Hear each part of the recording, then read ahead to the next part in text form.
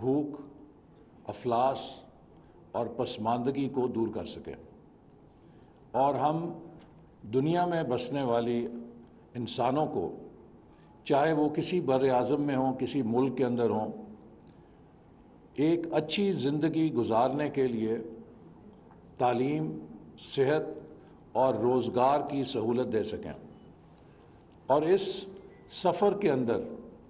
ہم اس پلانٹ کے جو وسائل ہیں ان کو بھی ذمہ داری کے ساتھ استعمال کریں، تاکہ ہمارے آنے والی نسلوں کو بھی صاف ہوا، صاف پانی اور صاف زمین مل سکے، اور وہ بھی ایک اچھی زندگی گزار سکیں۔ یہ وہ بنیادی اہداف تھے جن کے لیے پوری دنیا کی لیڈرشپ نے کمٹمنٹ کی کہ ہم سب مل کر کام کریں گے، اور ہم اپنے اپنے ممالک کو ان اہداف کو حاصل کرنے کے لیے پوری طرح بروئے کار اپنے وسائل لائیں گے۔ پاکستان، جیسے ابھی بتلایا گیا، دنیا کا غالباً پہلا ملک تھا جس نے فوری طور پہ قومی اسمبلی کے ذریعے سسٹینیبل ڈیولپمنٹ گولز کو نیشنل ڈیولپمنٹ گولز کے طور پہ اختیار کیا۔ اور اس سے پہلے 2014 میں جب ہم نے ویژن 2025 بنایا تو ہم UN ٹیم کے ساتھ رابطے میں تھے، اور وہ سسٹینیبل ڈیولپمنٹ گولز جن کا اعلان 2015 میں ہوا، ہم نے 2014 میں انہیں اپنے ویژن 2025 کے اندر سمو کے اپنے قومی پلان کا حصہ بنا لیا تھا۔ پاکستان نے اس سمت میں پیش رفت شروع کی، لیکن بدقسمتی سے ہمارے ملک کے جو معاشی حالات آج ہیں، اور اسی طرح پوری دنیا کے جو معاشی حالات ہیں، اس میں سسٹینیبل ڈیولپمنٹ گولز کے حوالے سے عالمی برادری کے سفر کے اوپر کافی تحفظات پیدا ہو چکے ہیں۔ 2018 میں جب ہم نے حکومت چھوڑی اور میں نے وزارت منصوبہ بندی چھوڑی تو پاکستان کا ترقیاتی بجٹ 1000 ارب روپے تھا۔ 2022 میں جب واپس اس وزارت میں آیا تو یہ بجٹ سکڑ کے 550 ارب روپے رہ گیا تھا،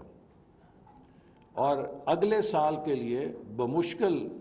جو اس وقت معاشی صورتحال ہے اس میں 700 ارب روپے کا ڈیولپمنٹ بجٹ مختص کیا جا چکا ہے۔ آپ خود اس بات سے اندازہ کر سکتے ہیں، اگر کسی ملک کا ترقیاتی بجٹ سکڑ رہا ہو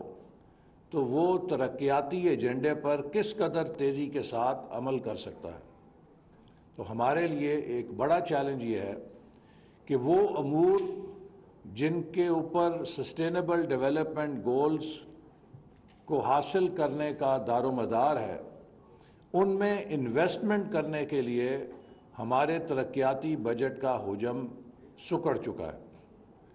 جو لوگ یہ دعویٰ کرتے ہیں کہ ہم نے بڑی ترقی کی ہے، تو اس کا ایک بنیادی پیمانہ یہی ہو سکتا ہے کہ اگر ملک ترقی کر رہا ہو تو یقیناً اس کا سب سے پہلا فائدہ اس ملک کے ترقیاتی بجٹ کو پہنچتا ہے۔ تو اگر ترقیاتی بجٹ سکڑ کر 4 سالوں میں نصف رہ گیا ہو تو آپ خود اندازہ کر سکتے ہیں کہ ملک نے کتنی خوشحالی اور ترقی کا سفر کیا ہے۔ اگر ہم ان چیزوں کو نظر انداز کریں گے تو ہماری نہ صرف ترقی داؤ پہ لگ جائے گی، بلکہ ہماری داخلی سلامتی کے لیے بھی شدید خطرات پیدا ہوں گے۔ پاکستان ایک ایسا ملک ہے جس میں 2/3 آبادی نوجوانوں کی ہے، اور اگر ہم نے اپنے نوجوانوں کو بہتر تعلیم، صحت اور روزگار نہ دیا تو پھر اس کے ہماری معیشت پر ہی نہیں، ہماری سیاست اور معاشرت پہ بھی تباہ کن اثرات مرتب ہو سکتے ہیں۔ تو لہٰذا یہ ایک بہت بڑا قومی چیلنج ہے، اور اس قومی چیلنج کو ہم نے کیسے اس سے نمٹنا ہے، اس میں پارلیمنٹیرینز کا بہت اہم کردار ہے۔ پارلیمنٹیرینز وہ لوگ ہیں، یہ وہ قوت ہے جو کسی ملک کی سیاست کو شکل دیتی ہے اور کسی بھی ایجنڈے کو سیاسی اونرشپ عطا کرتی ہے۔ اگر یہ برادری کسی موضوع کے اوپر یکسو ہو تو وہ موضوع قومی سیاست اور ترجیحات کے حوالے سے سر فہرست ہو سکتا ہے، لیکن اگر یہ برادری اس موضوع کے حوالے سے غیر سنجیدگی کا مظاہرہ کرے تو پھر وہ موضوع نیشنل ڈسکورس میں اور نیشنل پرائرٹیز میں بہت پیچھے چلا جاتا ہے۔ تو لہٰذا آپ سب کا سب سے اہم کردار یہ ہے کہ کیا آپ سسٹینیبل ڈیولپمنٹ گولز کو ہمارے نیشنل ایجنڈا میں پولیٹیکل اونرشپ دے کر اور اس کے اوپر کنسنسس کریٹ کر کے، چونکہ تعلیم، صحت، غربت، روزگار، تحفظ، امن، یہ وہ موضوعات ہیں جس پر کوئی سیاسی تقسیم نہیں کی جا سکتی کہ مسلم لیگ نون کیا کہتی ہے، پیپلز پارٹی کیا کہتی ہے، پی ٹی آئی کیا کہتی ہے، دیگر جماعتیں کیا کہتی ہیں۔ یہ وہ اہداف ہیں جو ہر سیاسی جماعت کے منشور میں نظر آتے ہیں۔ تو اس لیے پارلیمنٹیرینز کا فرض ہے کہ وہ ایک نیشنل کنسنسس اور نیشنل اونرشپ کریٹ کرنے میں اپنا کردار ادا کریں۔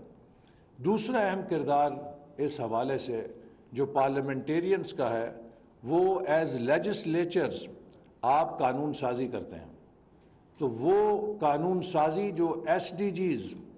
کے عمل درآمد میں معاونت کر سکتی ہے، اس کو پارلیمنٹیرینز اپنی اپنی اسمبلیوں کے اندر پش کر سکتے ہیں، اسے کامیاب کرا سکتے ہیں، اور لہٰذا ہمارا جو لیگل فریم ورک ہے اس کو زیادہ مؤثر کیا جا سکتا ہے کہ جو ہمیں سسٹینیبل ڈیولپمنٹ گولز کے اہداف کے ساتھ ہم آہنگ کرے۔ تیسرا اہم رول جو پارلیمنٹیرینز ادا کرتے ہیں وہ کسی بھی ملک کے اندر اس کے بجٹ کی منظوری کا عمل ہے۔ جیسے ابھی میں نے آپ سے کہا کہ ترقیاتی بجٹ اگر سکڑ رہے ہوں گے اور ان ترقیاتی بجٹس کے اندر جو سماجی شعبے ہیں ان کے لیے خاطر خواہ وسائل فراہم نہیں کیے جائیں گے تو ہم کبھی بھی ان اہداف کو حاصل نہیں کر سکتے۔ لہٰذا پارلیمنٹیرینز کا یہ فرض ہے کہ جب وہ بجٹ بناتے ہیں، بجٹ کو منظور کرتے ہیں، تو اس میں اس بات کو یقینی بنائیں کہ سسٹینیبل ڈیولپمنٹ گولز کو حاصل کرنے کے لیے جو وسائل درکار ہیں وہ فراہم کیے جائیں۔ اسی طرح پارلیمنٹیرینز کا یہ بھی کردار ہے کہ وہ پالیسی اوورسائٹ کرتے ہیں۔ جو سٹینڈنگ کمیٹیز ہیں ان کے ذریعے حکومت کی کارکردگی اور وہ وسائل جو بجٹ کے ذریعے منظور کیے جاتے ہیں ان پہ کس قدر اور کس انداز میں عمل درآمد ہو رہا ہے، یہ کام بھی پارلیمنٹیرینز ہی سر انجام دیتے ہیں۔ تو آپ کا فرض ہے کہ آپ اپنی اپنی متعلقہ کمیٹیوں کے ذریعے اس بات کے اوپر نگرانی کریں کہ جو سسٹینیبل ڈیولپمنٹ گول کے اہداف ہیں اس پر کس قدر عمل درآمد ہو سکتا ہے۔ اور جیسے ابھی امبیسڈر صاحبہ نے بھی کہا،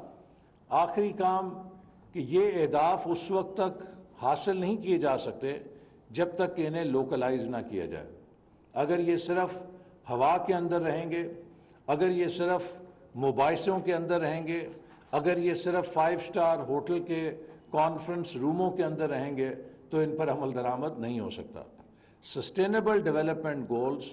پہ تبھی کامیابی سے عمل درآمد ہو سکتا ہے جب ان کے حوالے سے عوام میں شعور،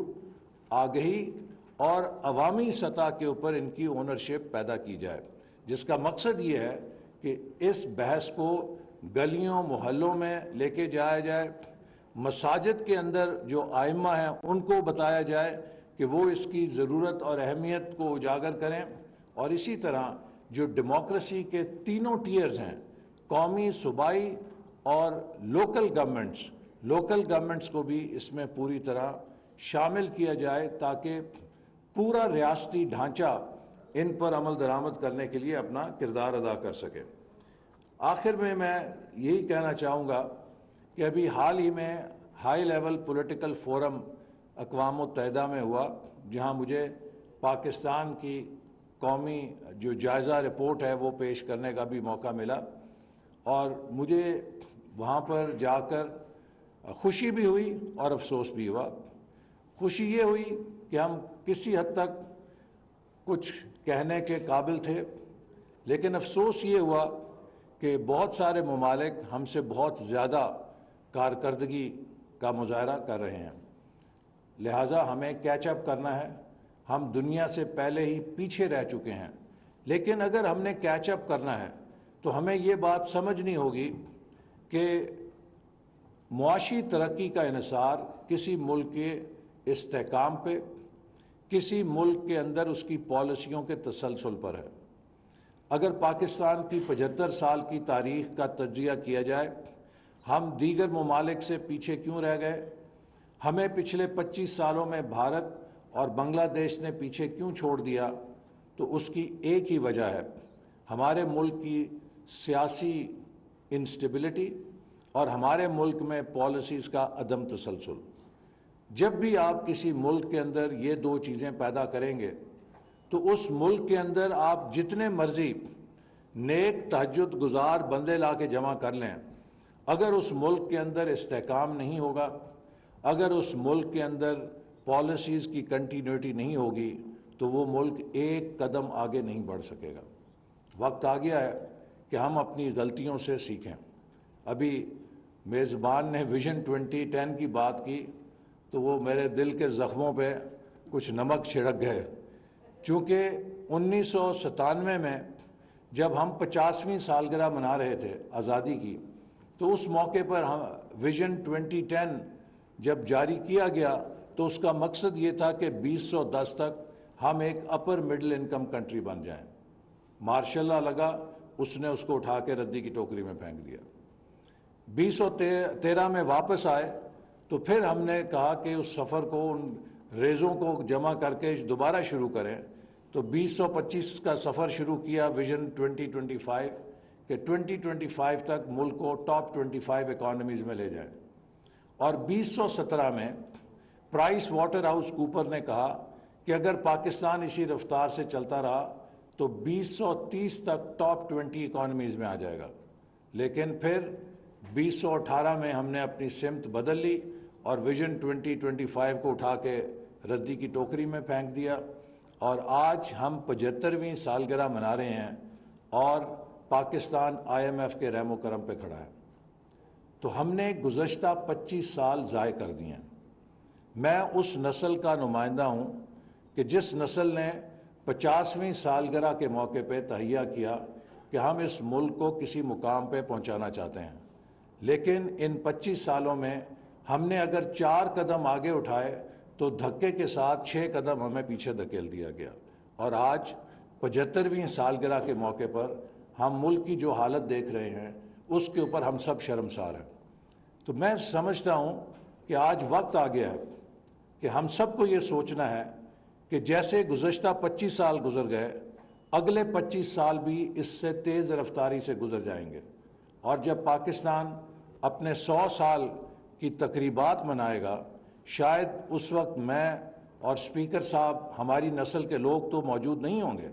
لیکن اس ہال کے اندر جو نوجوان بیٹھے ہیں وہ ہماری جگہ کھڑے ہوں گے۔ تو کیا 2047 میں ہمارے نوجوان سر اٹھا کے فخر سے کہہ سکیں گے کہ ہم نے پاکستان کو ایک کامیاب ملک بنا دیا، یا وہ بھی ہماری طرح کھڑے ہو کے شرمساری سے توجیحات پیش کر رہے ہوں گے؟ یہ ایک ڈیفائننگ مومنٹ ہے۔ انگریزی میں کہتے ہیں if you keep doing what you are doing you will keep getting what you are getting, and if you want to stop getting what you are getting you have to stop doing what you are doing۔ تو ہمیں اپنے طرز عمل کو ان ممالک سے سیکھتے ہوئے کہ جنہوں نے ترقی حاصل کی ہے، ایک ذمہ دار ملک سیاسی استحکام کے ساتھ، پالیسیز پہ کنٹینیوٹی کے ساتھ اور کولیبریشن کے ساتھ، کوئی ملک جس کے اندر پولرائزیشن ہو، جس میں انتشار ہو، وہ ترقی کے اہداف حاصل نہیں کر سکتا۔ ہمیں ملک کے اندر جو ترقی کے اہداف ہیں، جو معیشت کو دوبارہ کھڑا کرنے کے اہداف ہیں، ان پر ایک براڈ نیشنل کنسنسس کی ضرورت ہے، جس کے بغیر ہم شاید نہ سسٹینیبل ڈیولپمنٹ گولز حاصل کر سکیں گے، نہ ہی شاید ہم وہ مقام حاصل کر سکیں جو ہمارے لیے